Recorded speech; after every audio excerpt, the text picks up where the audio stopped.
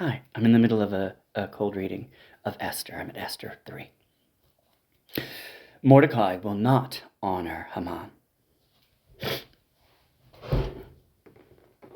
Sometime later, King Xerxes promoted Haman, son of Hammedatha, to Agagite.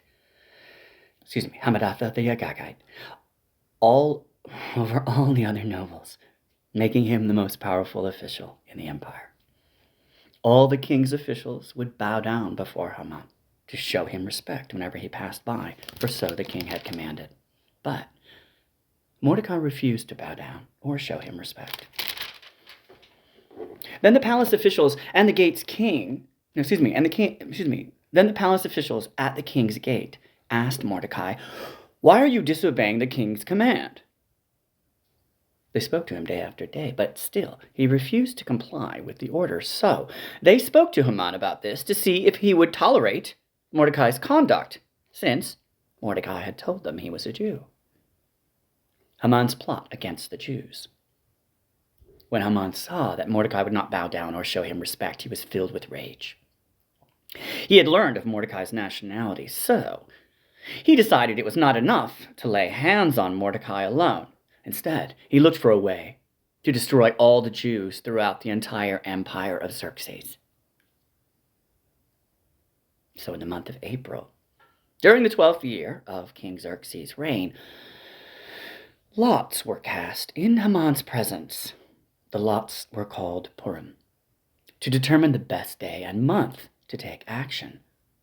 And the day selected was March 7th, nearly a year later. Then Haman approached King Xerxes and said, "There is a certain race of people scattered through all the provinces of your empire who keep themselves separate from everyone else. Their laws are different from those of any other people, and they refuse to obey the laws of the king.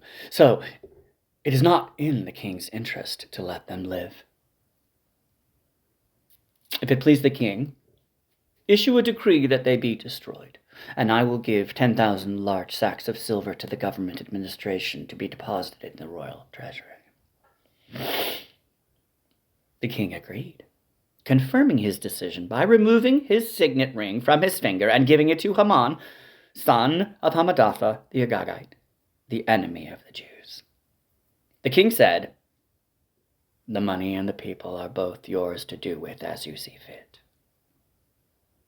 So, on April 17th, the king's secretaries were summoned, and a decree was written exactly as Haman dictated. It was sent to the king's highest officers, the governors of the respective provinces, and the nobles of each province in their own scripts and languages. The decree was written in the name of King Xerxes and sealed with the king's signet ring.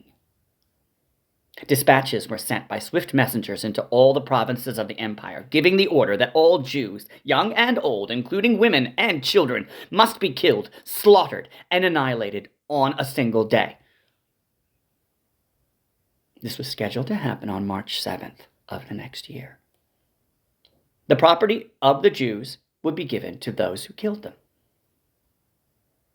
A copy of this decree was to be issued as law in every province and proclaimed to all people so that they would be ready to do their duty on the appointed day.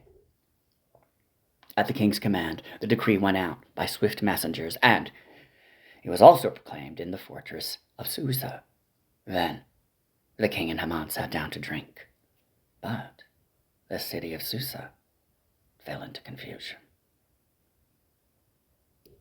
And that's the end of Esther 3. That's a good story, huh? All right, we're going to stop there. I don't know that we're going to get through this today. It's a little longer than, there's 10 chapters. Let's not push it. 3 is great. That's super fun. What's going to happen? All right, God bless your day. I hope you're enjoying these readings.